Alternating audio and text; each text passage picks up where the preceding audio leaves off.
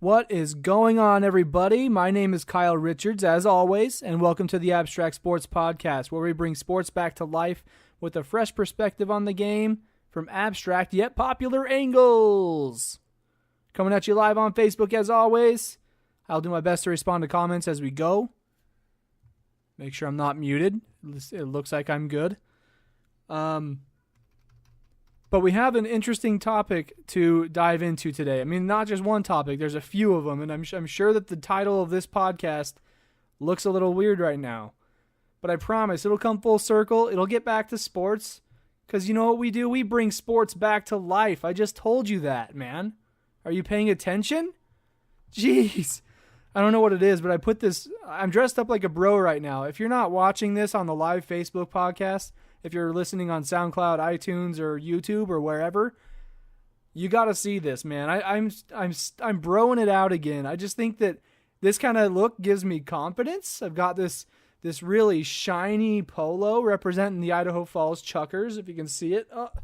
Oh, there it is. And I've got this awesome NCAA 2001 Final Four hat on backwards with some fake Ray-Bans. Come at me, bro. Because I promise I'm broer than you.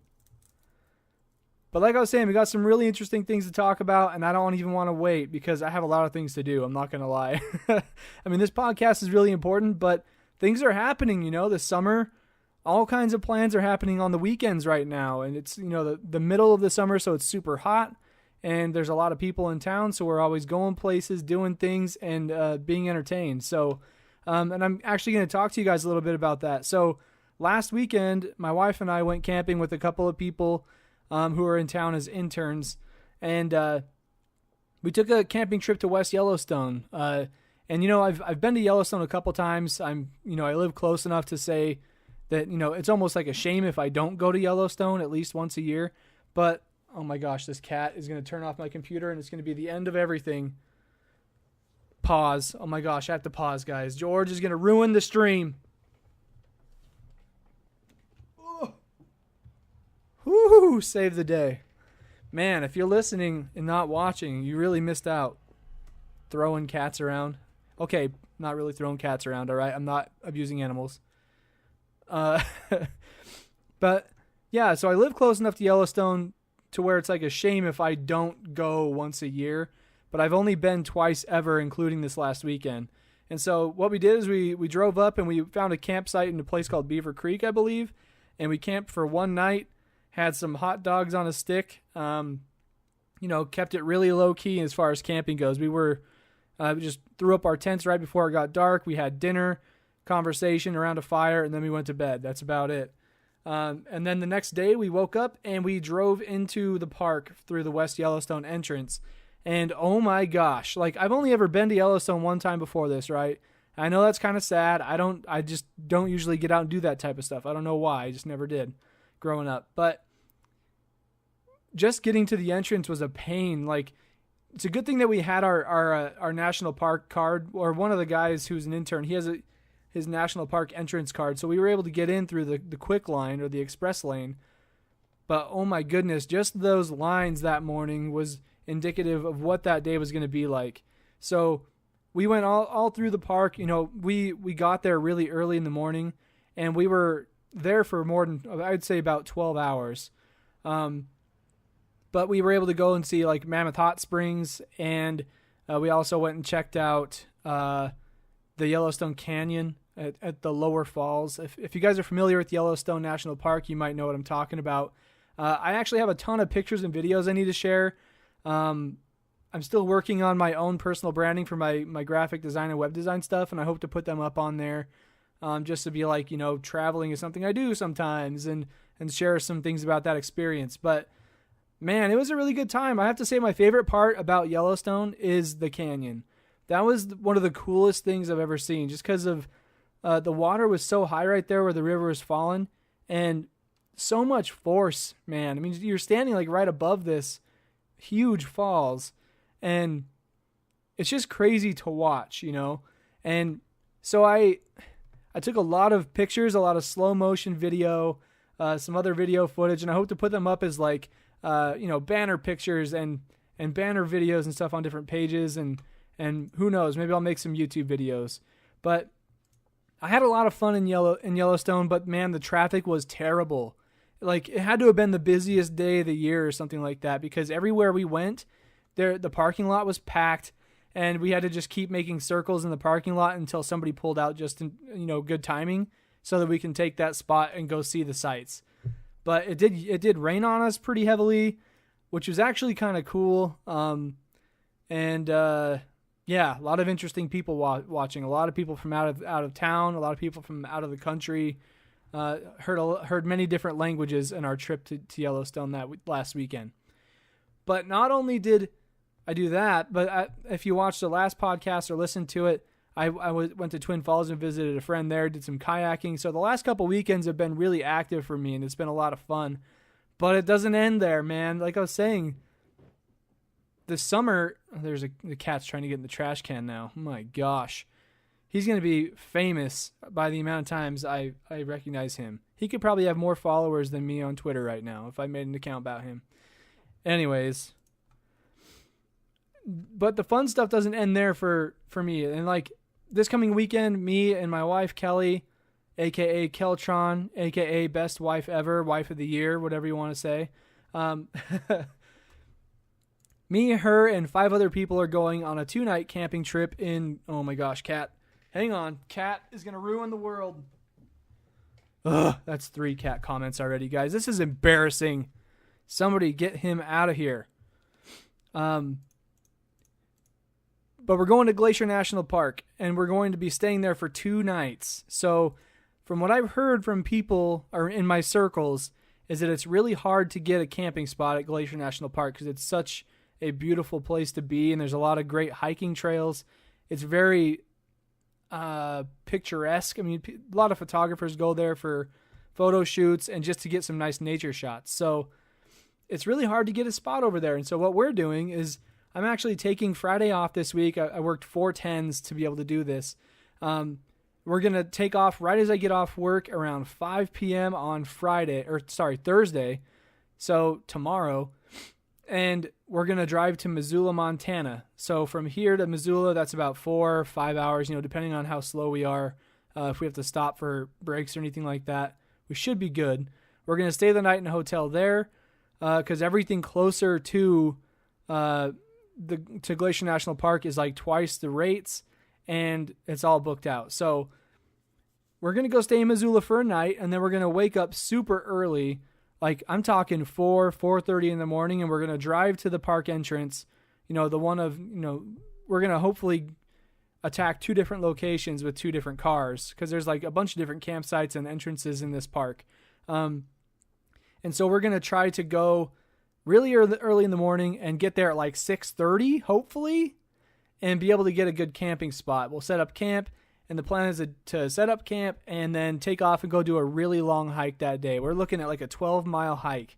They don't seem very steep from what the stats were saying on their website, but it's going to be a great workout, a lot of great pictures to be taken, break a sweat going on a nice hike through Glacier National Park. So I'm really looking forward to that, and there'll be a lot more pictures and videos from that as well. I really need to get on top of posting my stuff because I've had so many things going on the last few weeks that it's been impossible to just lay down, sit down, and go through all the content and edit and upload. It's a lot of work, man. But that's what I've been up to lately. That's what I've got going on in my free time. That's kind of why the blog is sort of lacking right now. But, when the winter months hit, I imagine I'll pick up things a little bit more. But I also have a lot of ideas for content management where I'm going to take a lot of stuff from the podcast and write special segments about them or do like little YouTube clips, video clips here or there about different topics. So look forward to some shoot-offs of what I'm doing here at the podcast. I think you guys will really enjoy that. But let's start talking about some sports. I want to talk about how camping has a lot to do with sports. Let me tell you, okay? If you're going to go hiking, you got to be fit, man. And you got to do your research. You got to study. You got to be a student of that game of hiking. You want to find a good trail? You better look around. You better go to the right websites. You better make sure you're not going to get yourself in trouble. You got to be prepared. I just imagine like there's a football player. He goes to practice and he's doing all these different workouts so that he can be good at what he does at his position and for his build. And like, if you're going in on a hike, you got to know that there are bears out there. You got to get your bear spray. We're like talking preparation. We're relating camping to sports, people. This is big, big news, big stuff. But also, attire is very important when it comes to sports. And so, got to have your hiking boots. You've got to have your sunscreen. That's part of it's not really part of your apparel. But anyways, there's a pretty poor attempt at trying to relate camping to sports. There is a lot of teamwork and communication involved in camping, though. Like last night when we were planning out this trip to Yellowstone, oh my gosh. We have 2 different plans going at once, and we got to like meet up in the same place on 2 different schedules. There's a lot of communication. You guys have to like let each other know how you feel, and you got to have a good chemistry going. Otherwise, it's just going to be a mess. And I think we got it figured out. How's it going, Jesse? Welcome to the podcast. Actually have some content to share that Jesse shared with me today, and I'm excited to share some of that as we get going here. But let's get into some real sports. Let's talk some NFL first, okay? So, NFL is finally back. I've been seeing countdown stuff for NFL starting for like the last, pretty much since the Super Bowl was over. You know, there were so many memes that came out about the Falcons blowing the huge lead, and I think it's been overdone, and I'm happy the next season of football is here so that can get phased out behind us. And, you know, I doubt that, though. It's probably just going to continue throughout the entire season, let's be honest. But football is here. Preseason starts tomorrow. It's not real football, but, you know, NFL football fans will take anything they can get at this point. My brother is super excited, except for the fact that, of course, the day that football starts, and like preseason or any football of any kind, he gets scheduled to work at his second job that night. So feel bad for him, man, but at least he's got that TiVo hookup, and he can watch that game later that night. But yeah, preseason starts tomorrow. Dallas Cowboys taking on the Arizona Cardinals. I believe that's in Arizona. I don't think they do anything special for location in the preseason. Pretty much is just like getting the players adapted to the traveling again, and getting them back in the motion of things. But yeah, Cowboys at Arizona Cardinals. Not a super duper exciting game, but you know the Cowboys did have a great season last year. So it'd be kind of interesting to see them guys warm up a little bit. But then you got regular season starting on Thursday, September 7th. That is just over a month from now. As you could imagine, there's 4 preseason weeks in the NFL. And so 4 games between now and the start of the regular season. There's a lot of people stoked out there. And that first game is a Thursday. So, you know, fun way to break up your week and get into the NFL season. But it's also Kansas City Chiefs at New England Patriots. So all those bandwagon fans can have something to really, really cheer about. They've missed Tom Brady. They missed not seeing him on the television. So pretty exciting stuff. I know that we've had a couple of content creators for Abstract Sports who wrote about football stuff. We'll see if they come back around and want to do some more of that for us. One guy in particular, he did a few articles right there towards the end of the season. And I'm looking forward to hopefully hearing from him again, and we'll get some more content going up on the site in regards to NFL. And if you've been listening to the podcast at all, you know that I have a few articles in mind of games that I want to talk about before they happen, and kind of give a recap of those, because they're just, I'm not really big into, I'm big into like the stories of the NFL and the players. And so there's a few matchups I'm looking forward to, but also just players on certain teams that are going to be really exciting to watch. But then, of course, you got the new rookie class coming in. Always changes things up on you just enough to keep you on your toes. But yeah, NFL. Preseason starts tomorrow. Dallas Cowboys at Arizona Cardinals. But now let's get into some MLB. So Jessie here I think she's still here in the podcast, but she started up her own blog. And I'm actually going to go pull that up right now just so I can talk to you guys a little bit about that. And I'll put an article out there for us on Abstract Sports. I want to introduce her to the world and her blog because she's just getting it going and she's a good friend. And so I just want to kind of help her out a little bit. And she knows a lot about baseball. something I don't really touch on all that much. And I'm being honest. I try my best, but it's so hard. I think Jesse knows more about baseball than I do. So let's see here. She put out an article today. It's a new post, and it's called Toxic Relationships. Okay? And you can find her website. It's jessieclauren.com. So JESSICLAUREN.com. And I will also, I'll drop a link in the description. I'll actually share this article right here now. Yeah, sure. Since I'm on it, might as well. I'll drop it in the comments, but then I'm going to share the article later. It'll be like, in case you missed it. So let me go find the podcast here, and I'll drop this link in the comments. So anybody watching, when they're referencing stuff, they can get this information. So this is her recent post on her blog. I love the picture she chose for this too. I think it's great. But you got to go check it out. I mean, she talks about how the Giants recently acquired a player who had been dismissed from the team or got traded away. And she kind of compares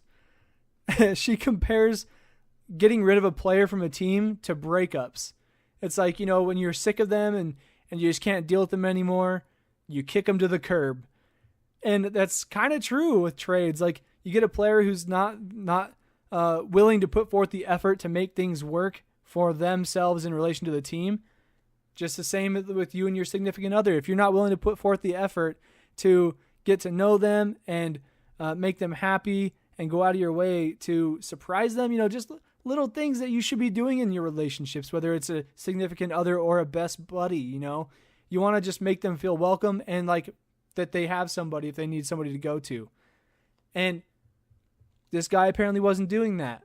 So Pablo Sandoval has been taken back by the San Francisco Giants. And you'll have to go and read that article. I'm not going to read it to you guys. It's not a very long one. So I think you should go check it out. Again, it's jessieclauren.com. Looks like I have a call coming in. Custom. Let's see. I'm sending a text during the podcast. Oh, I can't do that while I'm doing this. Okay. Bye. Cancel. Oh my goodness. I can't do it. I just declined him. I'm sorry, Micah. I'm sorry. You were calling me and I'm podcasting and I can't do it both at the same time.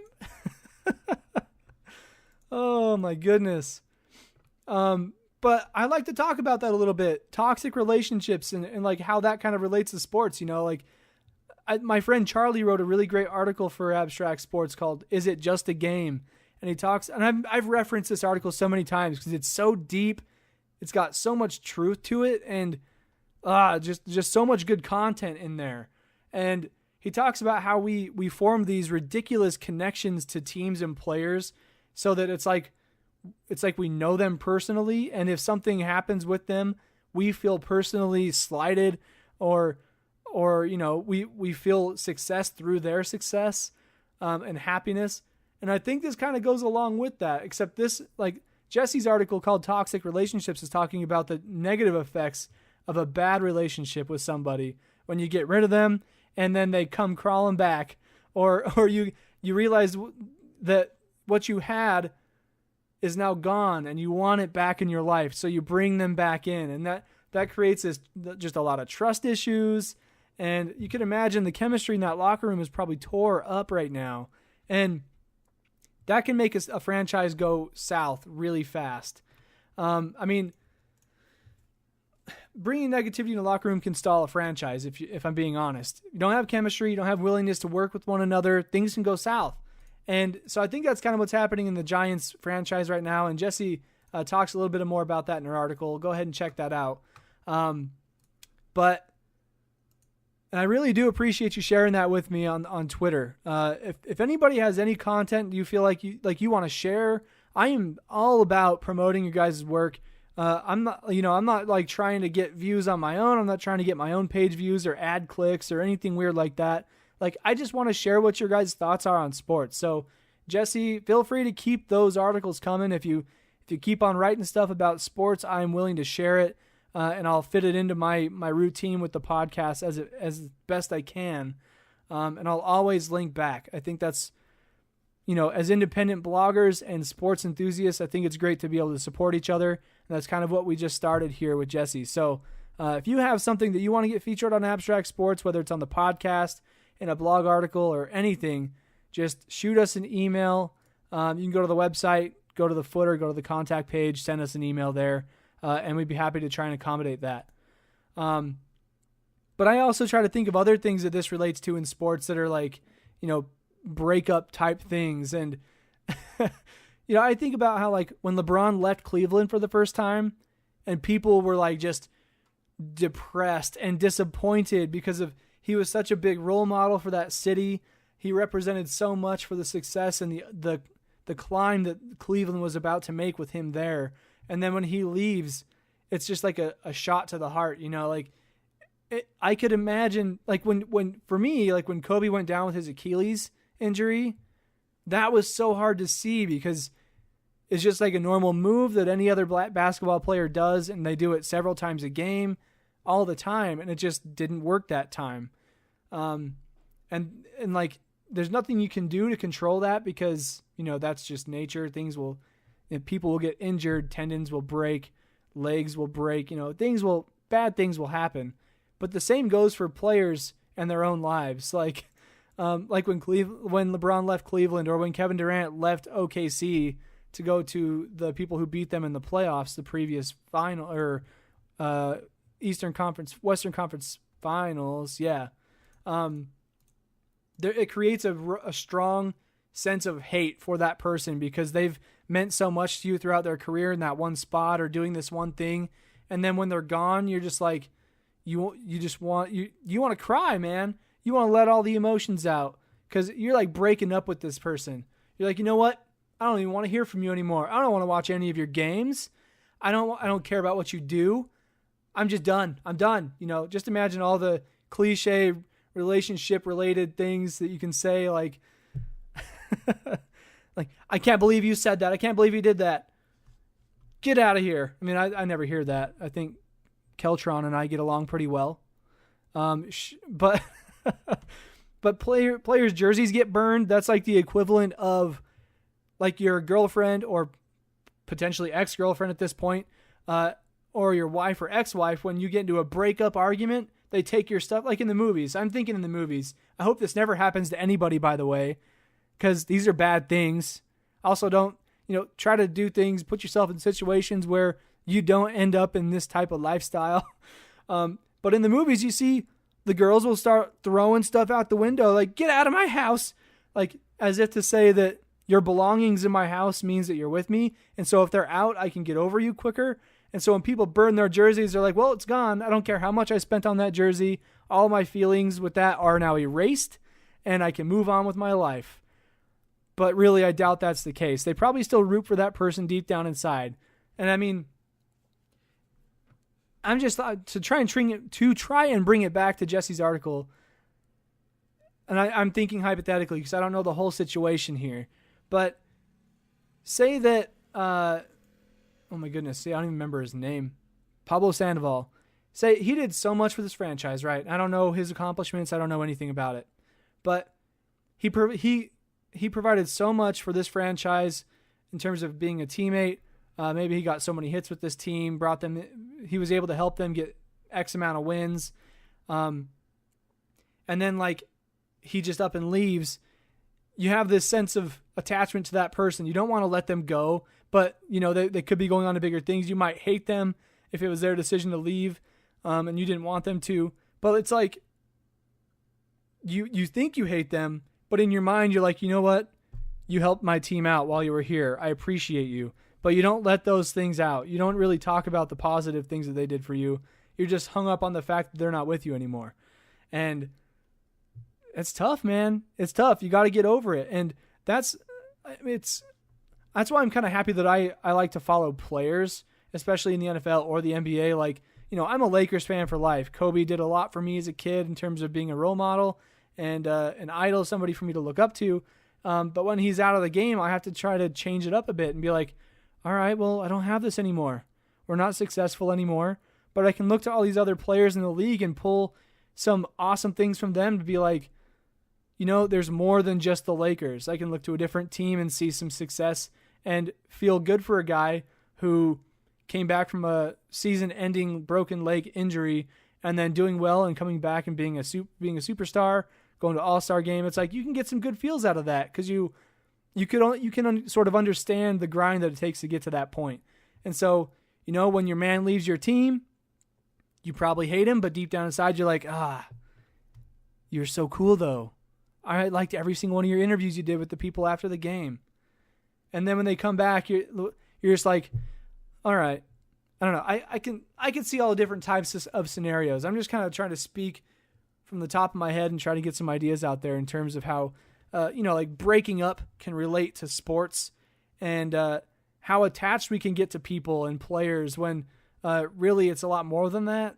Another thing that comes to mind is just like Kevin Durant's decision to go to the Bay Area. That was like his personal choice. He wanted to change locations. He wanted to transfer to a different company, if you will, or a different location within the same company. People do that all the time, not in sports. People don't get mad about it though. Maybe the boss, but that's about it. And it's just kind of like people forget to think about the real life aspects that this player's going through. But I'm not saying Jessie is by any means. She's a diehard Giants fan. And I'm not talking down on that at all. I'm just like talking around this idea because I think it's really interesting to explore.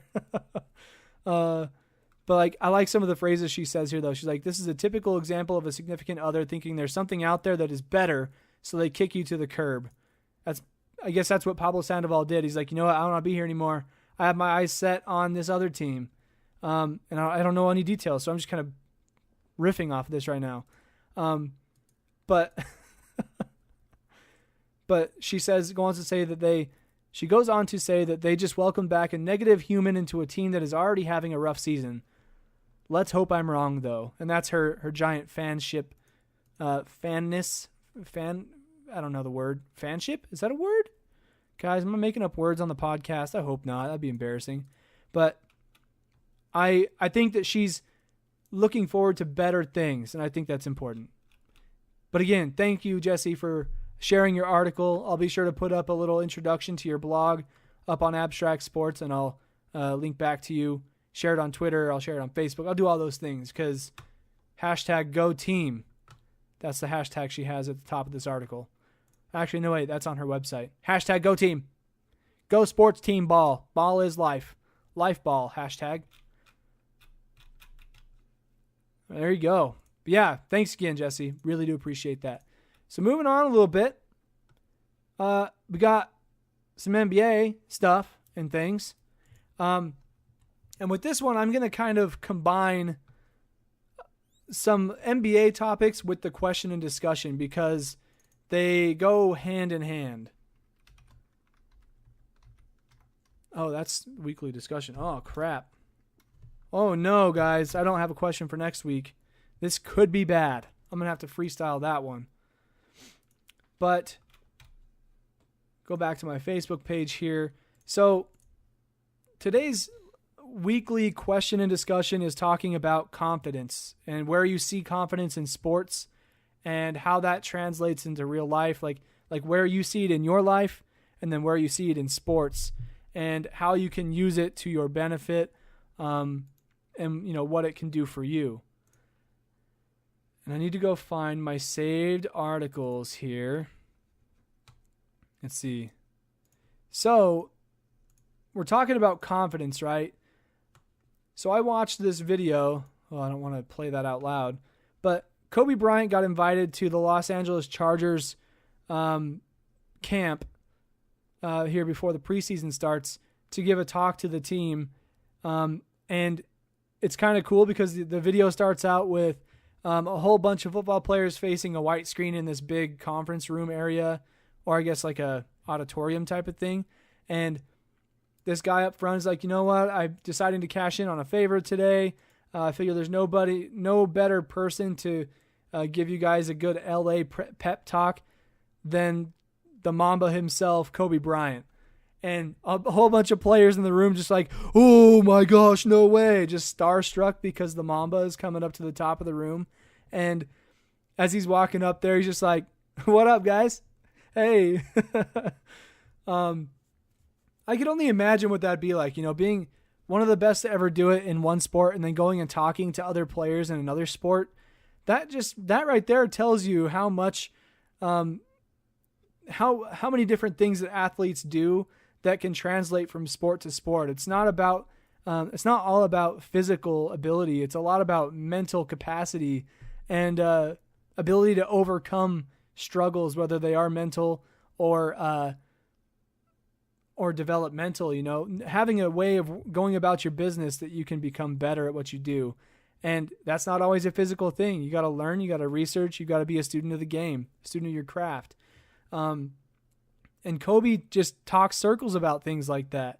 So one thing about confidence that he was talking about in his little speech here was, I think he was talking about one of his stories that's told in his Muse Cage. It's sort of like his new cartoon illustrated series it's mostly for youth and younger kids and stuff.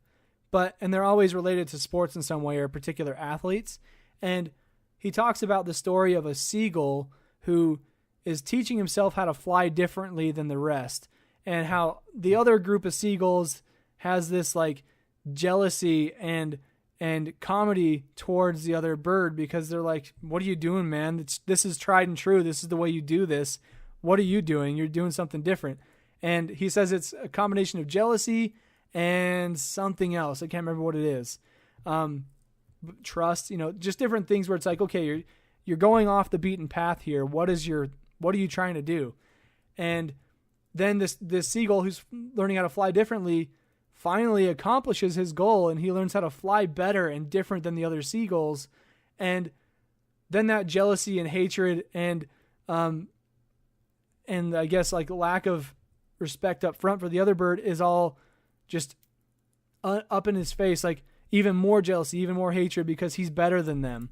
And he went through all the process of proving them wrong, and now they all feel bad about themselves. So they're embarrassed. And I think one thing that I can relate back to Kobe Bryant's way of doing things, the Mamba mentality, if you will, in terms of that story, is that stories that I've read, heard, watched, listened to, like all these different ways I've heard stories about Kobe Bryant, players who have played up with him, whether on the same team or in the All-Star game, things like that, they would always talk about how much he put in work. It was like, they would be in Italy or something for the Olympics. I don't know where it was exactly, but they would be in a different country for the Olympics. And he'd wake up one morning and go on like a 15-mile bike ride. And like one other person wanted to do it with him. Everybody else is like, dude, this is my week off. What are you thinking? And it's like every time when you think a player is supposed to have time off, Kobe Bryant was always working. And how else do you think he was able to mimic every move that Michael Jordan ever did? Like Michael Jordan, arguably the GOAT, the greatest of all time. He's huge. He's big.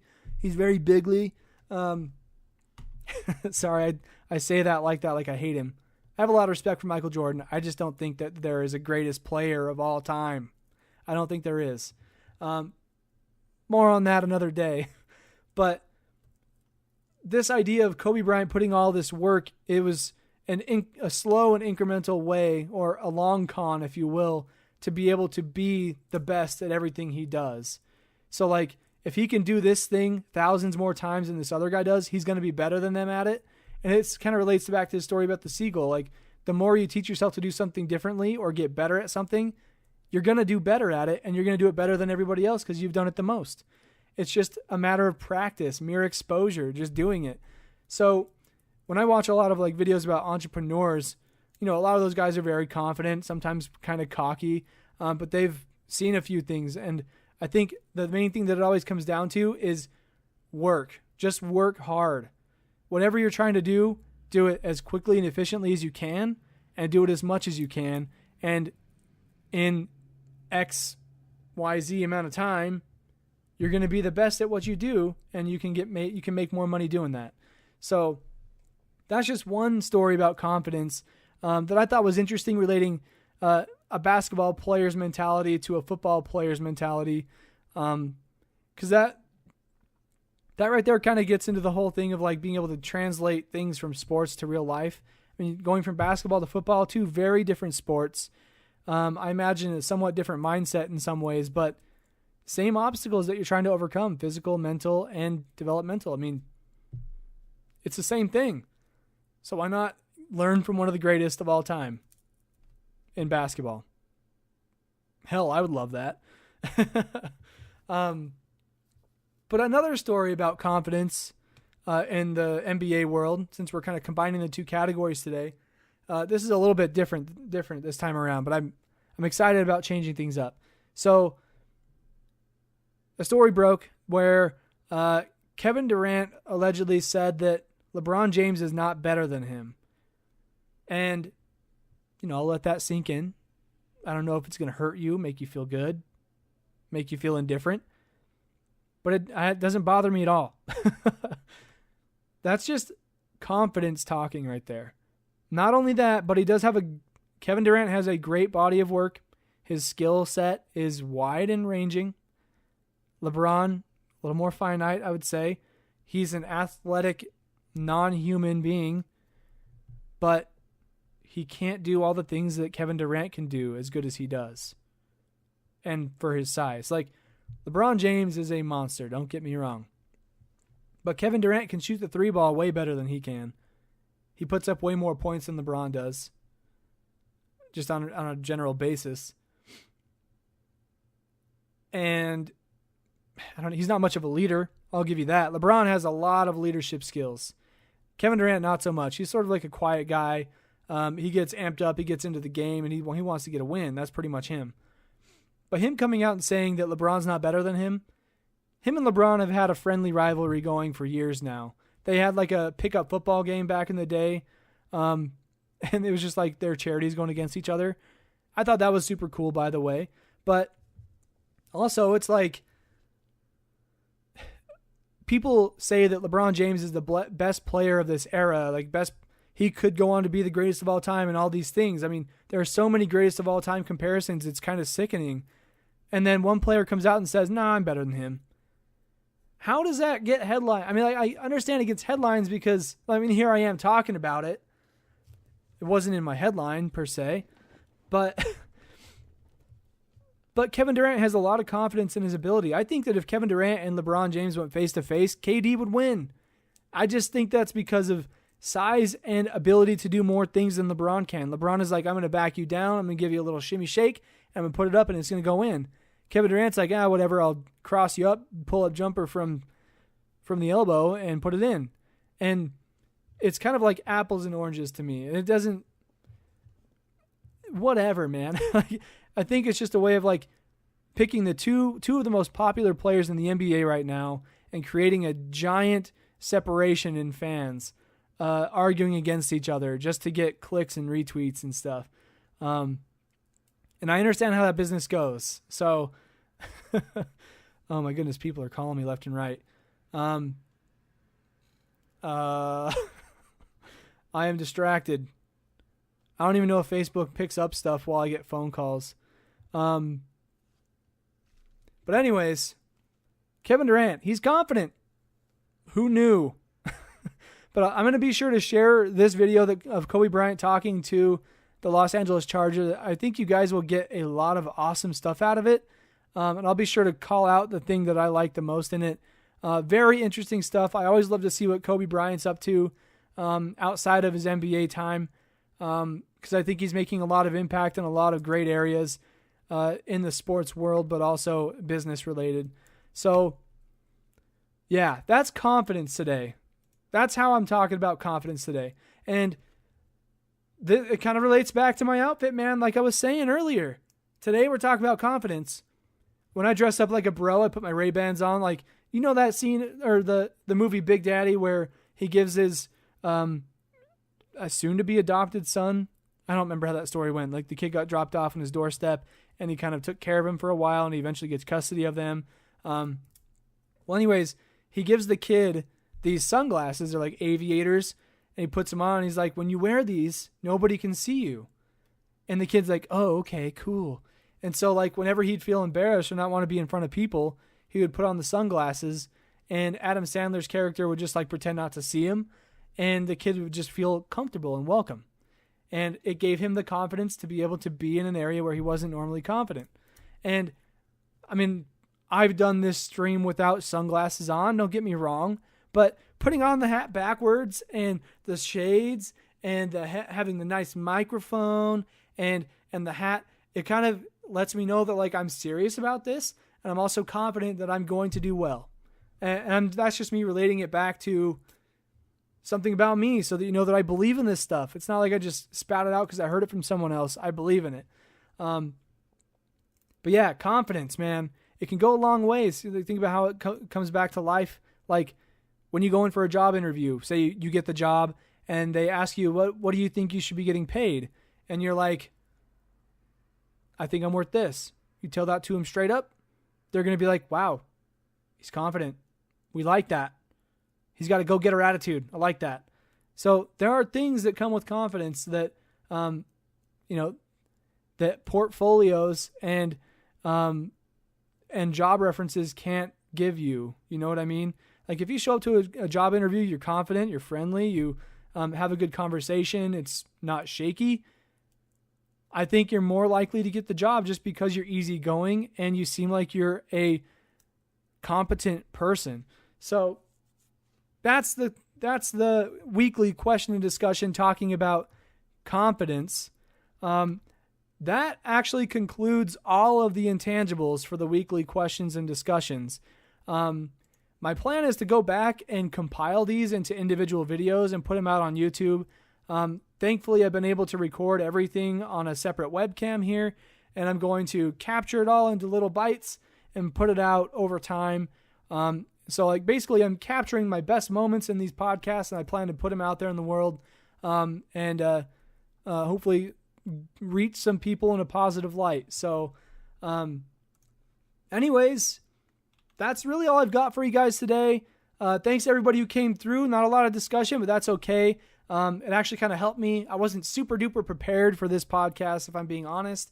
But I have to say thank you to Jesse again for providing that article that we could talk about in terms of breakups related to sports and how negative atmosphere on a team can really affect it. But anyways, you can find this podcast everywhere. iTunes, Stitcher, SoundCloud, YouTube. You can find us anywhere on the internet, abstractsports.com.